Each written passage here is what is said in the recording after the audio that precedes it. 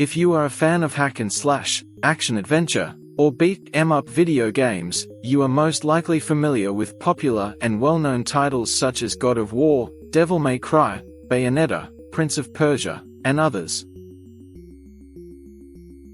It's true that there are many established titles in the genre I mentioned, and it's possible that you have played one or more of them. However, there are also many hidden gems that often go unnoticed due to the overwhelming popularity of certain games. It's unfortunate that some of these franchises don't get the attention they deserve, whether due to poor marketing or lack of exposure. As a result, many players may be missing out on some truly great games.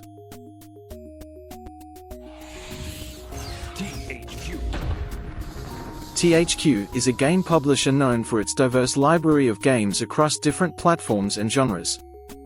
From publishing games like Home Alone on Nintendo Entertainment System, Destroy All Humans and SmackDown vs. Raw for the PlayStation 2, Aladdin on the Game Boy Advance, Evil Dead and Ghost in the Shell both released for the original PlayStation, they have an impressive collection of games under their belt with over 400 games released between 1991 and 2011. THQ has proven to be a major player in the gaming industry. It is interesting to note that despite their history of producing movie and cartoon-based games, they have also produced a game under the hack and slash category. Darksiders was originally developed by Vigil Games and released by Nordic Games on January 5, 2010, for PS3, Xbox 360, and MS Windows. It was later re-released as Darksiders, Warmastered Edition for PS4, Windows, and Xbox One in November 2016. The game was also made available on Wii U in May 2017 with updated graphics to provide a modern gaming experience. THQ filed for bankruptcy, with the intention of selling all of its assets to Clearlake Capital in late 2012. In this video, we'll be focusing on the latest release of Darksiders for the Nintendo Switch, which came out in April 2019. Let's take a closer look at this underrated hack-and-slash game and play through Darksiders, Warmastered Edition. Before I start the review, I want to let you know that I finished the game first before I released this video, and I warn you of minor spoilers if you want to try playing it. I tried to showcase only a little of the gameplay of this title, so that you can still enjoy this video and remain clueless about the entire story and features in case you want to try this game and experience its entirety. I will only discuss the gameplay, the brief of the story, and some of the game features and not to narrate its entire story to you. The only purpose of this video is to help you determine if this game will suit your taste and style of play for you to enjoy the game to its finest. Please subscribe so I can make more similar videos. Thank you, and game on.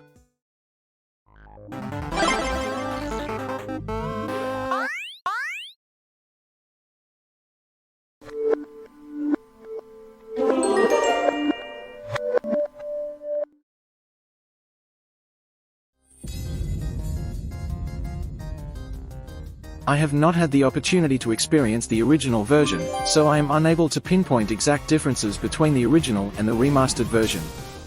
However, I must say that the graphics and textures in this handheld version are truly breathtaking. The voiceovers, performed by renowned professionals in the industry, further elevate the immersive experience of the game. Hell with your claims! The seals were broken! I was summoned! Arm yourself! It is truly remarkable how one can fully immerse oneself in the game. While I choose to view this as a hidden gem and special in its own way, I refrain from comparing it to well-known titles such as God of War, Zelda, Devil May Cry, and others. Alright. I was immediately impressed with Darksiders from the opening scenes and introduction of the game. The visuals are stunning and the epic music creates a cinematic and atmospheric experience, making it feel like I'm watching a movie, and this is the type of game that I'm sure I'll sit through even if it reaches me early in the morning to play. My standard procedure when I start a game is, of course, to look for the options for inverted camera controls. In the settings, you will be able to choose from two options, high quality mode for 30 frames per second gameplay, or performance mode with 60 frames per second gameplay. Both are really good, depends on how you want to experience the game, but I'll stick out with the performance mode. This game shows some of the basic controls such as A for action or interaction, B for jump, Y for a primary attack, and X for a secondary attack. You can make combos with X and Y, but you can also combine the R button for some special attacks and the L button and choose from directional inputs. Additionally, the game allows for jumping combos using the B button. I have observed that the combos in the game can feel repetitive, particularly when executing finishing moves in cutscenes. While it is acceptable, I believe incorporating a variety of finishing moves could enhance the combat experience by adding an element of unpredictability. Furthermore, the absence of a sprint button is noticeable, considering the character is constantly in motion. I personally would have appreciated the addition of a sprint option, especially in the vast and sprawling areas of the game, which would have facilitated exploration. And sometimes, it feels like spamming the dash button is faster than plain running. Trust me when I say, be prepared to wander aimlessly numerous times and lose your track a lot of times. The blocking and dashing functions are activated by pressing the same button, the R button, which can make it difficult to block attacks due to the need for perfect timing. It's frustrating because even a slight movement of the left joystick can cause you to dash instead of block, leading to taking high amounts of damage from enemies. This is very infuriating, especially because slain enemies rarely give you health, and only in small amounts. Their hitboxes are quite wide, and some enemies can deplete a whole bar of your life in just 2 hits. Additionally, it seems like the weapon's damage is very low, even after being upgraded. One exciting feature is the ability for War to transform into a powerful creature known as Wrath. In this form, players will unleash devastating damage upon enemies while remaining impervious to their attacks. However, this transformation is only temporary and must be achieved within a limited time frame. As you progress, the enemies become stronger, making it feel like the upgrades have minimal impact on your weapons. Furthermore, enemies can sometimes appear suddenly on the screen and attack without warning. My experience with the aerial combat in the game was incredibly frustrating. The mechanics of aiming with the right stick while simultaneously pressing the ZR button proved to be a difficult challenge. Despite my attempts to lower the sensitivity of the aim controls, the issue persisted, leading to my demise twice in a specific stage. However, the unlimited tries offered by the game alleviated some of the frustration. Another feature that stood out was the ability to access an info screen by pressing the select button, where the number of deaths throughout your playthrough are being recorded. This added an interactive element to the game that I found engaging. The targeting and aiming features, particularly when facing aerial monsters, were clunky and unreliable. The high sensitivity of the controls made it challenging to accurately target and lock onto super mobile opponents. This added complexity to the gameplay that I struggled to overcome. The boss battles in this game are incredibly diverse and unique. Each battle features a combination of quick-time events, single button presses, and occasional button spamming, with mechanics specific to each boss encounter. Players must figure out the weaknesses of each boss rather than simply relying on spamming the attack button until it dies. This adds depth and challenge to the gameplay, setting it apart from other established games while it offers a fresh and exciting experience for players. On a more positive note, the game offered a wide variety of items and weapons to unlock and utilize on my journey. Each item had a special purpose and unique design, adding depth and excitement to my gameplay experience. In the early minutes of playing the game, I found myself feeling a bit bored as I struggled to grasp the intricacies of the story. However, as I pressed on, I found myself becoming increasingly engrossed in the game, particularly during the second half where the story took a dramatic turn and the puzzles and game mechanics became more complex and challenging.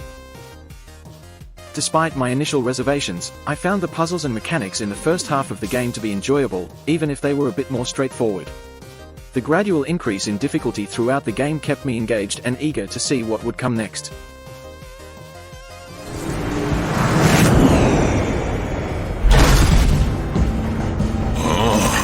Welcome back, horseman! Overall, while I found the game to be good, I couldn't help but feel that there was room for improvement. The game featured some cool elements that added to the overall experience, making it feel like a typical hack-and-slash game. However, I did notice a few drawbacks such as repetition and occasional clunky controls, though these did not detract significantly from the overall enjoyment and challenge.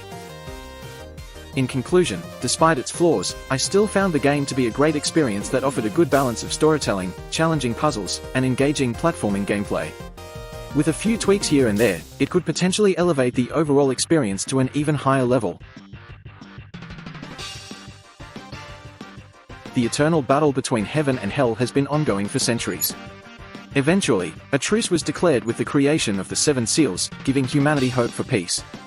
However, as the Third Kingdom, representing mankind, prepares to play their part in the conflict, the seals are destined to be broken, sparking the war afresh. The Four Horsemen will rise to lead the battles, with mankind caught in the middle as the weakest of the three factions. In the midst of this turmoil stands War, one of the horsemen riding a red horse. He is a neutral figure tasked with maintaining balance in the chaos. Falsely accused of a crime, War seeks redemption and justice, determined to uncover the truth behind the escalating madness. Joined by the Watcher upon their return to Earth, they find only devastation, with humanity wiped out and chaos ruling all.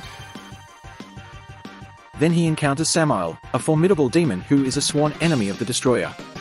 Samael divulges crucial information on how and where to locate the Destroyer. He reveals that the Destroyer's tower is heavily guarded by 4 chosen guardians, all of whom War must eliminate in order to gain insights. Samael directs War to collect the hearts of these guards as a token of his success and to gain more knowledge on how to reach the Destroyer and crush him. As War embarks on his epic quest, he will be joined by allies he will meet as you progress, including Vulgrim, Ulthane, and Ruin, who will support him in his missions. As he advances, War must face and conquer the formidable chosen guardians, dismantling the opposing forces.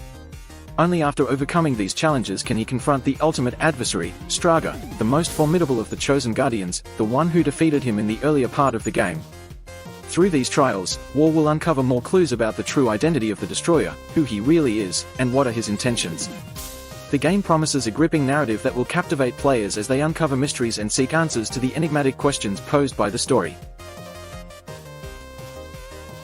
I successfully completed the game in 19 hours, despite facing 43 deaths along the way.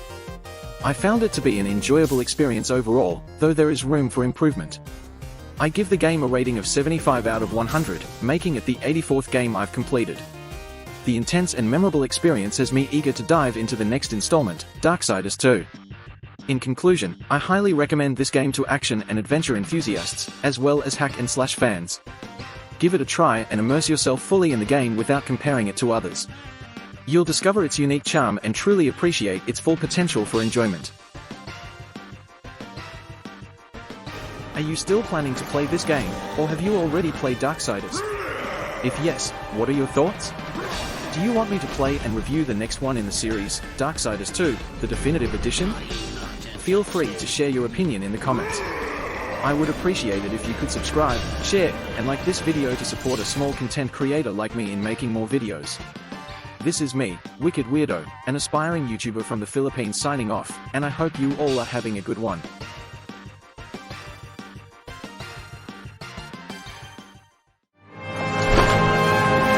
You will be hunted.